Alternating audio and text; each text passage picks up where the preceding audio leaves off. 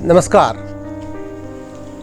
कुछ दिन पूर्व समाचार पत्र नई दुनिया में समाचार प्रकाशित हुआ जिसका हेडिंग था मोदी को सत्ता से हटाने इंग्लैंड और अमेरिका चला रहे अभियान।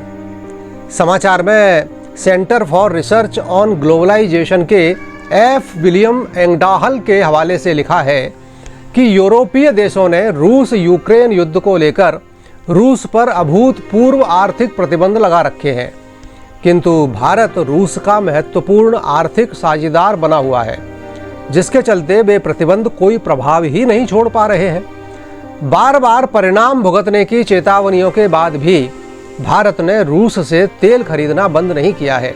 इतना ही नहीं तो संयुक्त राष्ट्र में भी भारत ने वाशिंगटन का साथ देने से परहेज रखा है। एंगडाहल की उक्त रिपोर्ट के अनुसार इसी कारण मोदी और उनके समर्थकों पर जनवरी में हमले शुरू हुए। जिस हिंडनबर्ग रिसर्च का इतना शोर है, उस पर अमेरिकी गुप्तचर एजेंसी के साथ संबद्ध होने का संदेह है। उसी क्रम में 92 वर्षीय अमेरिकी उद्योगपति जॉर्ज सोरोस ने 17 फरवरी को म्यूनिख सुरक्षा सम्मेलन में एक प्रकार से घोषणा ही कर दी कि मोदी सरकार के दिन अब गिने चुने रह गए हैं। स्वाभाविक ही हमारे पप्पू भैया उत्साह में आ गए और लपक लिए पश्चिम की यात्रा पर।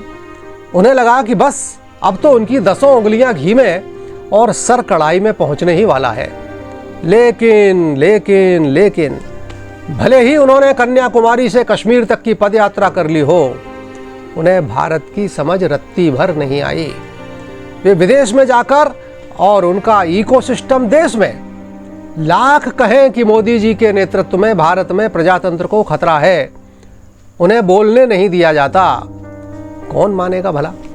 आप रात दिन प्रधानमंत्री को बिना किसी रोक टोक के कोसते हो, क्या जनता को आपका झूठ समझ में नहीं आएगा?